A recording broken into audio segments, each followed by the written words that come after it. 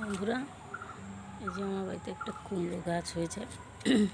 একটা না, দুটো হয়েছে, নিজে নিজে হয়েছে। তো এটারই আজকে একটা রেসিপি করলাম।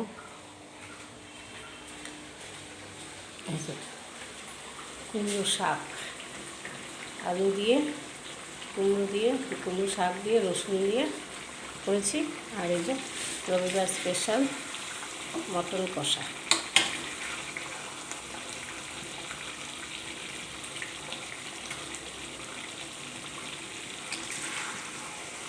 মটন কষা